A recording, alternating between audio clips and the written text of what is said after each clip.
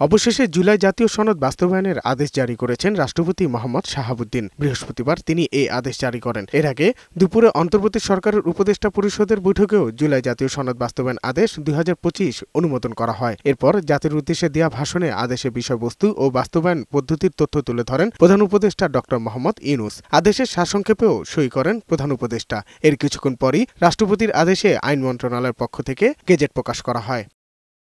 জুলাই জাতীয় সনদ বাস্তবায়ন আদেশ জারি ও জাতির উদ্দেশ্যে দেওয়া প্রধান উপদেষ্টার ভাষণের প্রতিক্রিয়া জানায় বিভিন্ন রাজনৈতিক দল। রাজধানী মগবাজারে কেন্দ্রীয় কার্যালয়ে জরুরি সংবাদ সম্মেলন করে জামায়াতে ইসলামী। দলের সেক্রেটারি জেনারেল অধ্যাপক মিয়া গোলাম পরোয়ার জানান, একই দিনে গণভোট ও জাতীয় নির্বাচন হলে রাজনৈতিক সংকট তৈরি হবে।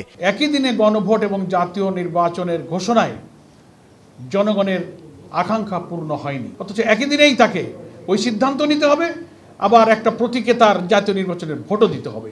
এটা একটা সংকট তৈরি করবে। যে সংকটমুক্ত স্বচ্ছ নির্বাচনের আশা আমরা করেছিলাম, সে সংকটটাই কিন্তু রয়ে গেল জাতীয় নির্বাচন সুষ্ঠু সুন্দর হওয়ার প্রশ্নে। তাৎক্ষণিক প্রতিক্রিয়ায় বিএনপির স্থায়ী কমিটির সদস্য সালাউদ্দিন আহমেদ বলেন, প্রধান উপদেষ্টা স্বাক্ষরিত জুলাই সনদ লঙ্ঘন করেছেন, মূল দলিল থেকে সরে গেছেন তিনি। রাষ্ট্রপতির অর্ডিন্যান্স জারির ক্ষমতা আছে, আমাদের সংবিধান অনুসারে আদেশ জারির কোনো ক্ষমতা নেই। জুলাই জাতীয় সনদ যেভাবে গৃহীত হয়েছে, প্রণীত হয়েছে, রচিত হয়েছে, স্বাক্ষরিত হয়েছে, সেইভাবেই বাস্তবায়নের জন্য আমরা অঙ্গীকারাবদ্ধ হয়েছি, আমরা স্বাক্ষর করেছি। এখান থেকে বিচ্যুত হওয়া মানে হচ্ছে এই জুলাই জাতীয় সনদের লঙ্ঘন করা, এবং লঙ্ঘন কে করছেন? যিনি মাননীয় প্রধান উপদেষ্টা নিজে স্বাক্ষর করেছেন তিনি। সংসদ নির্বাচনের দিনে গণভোট করার সিদ্ধান্তে বিএনপি একমত উল্লেখ করে সালাউদ্দিন আহমেদ বলেন, পিয়ার নিয়ে হ্যাঁ বা না বলার প্রস্তাবের মাধ্যমে জনগণের উপর জবরদস্তি করা হয়েছে।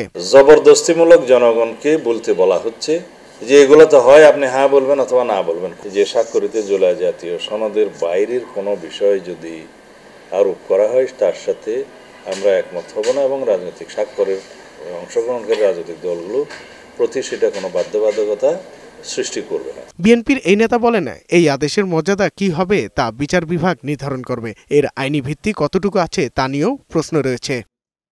সাজ্জাদুর রহমান, বৈশাখী সংবাদ, ঢাকা।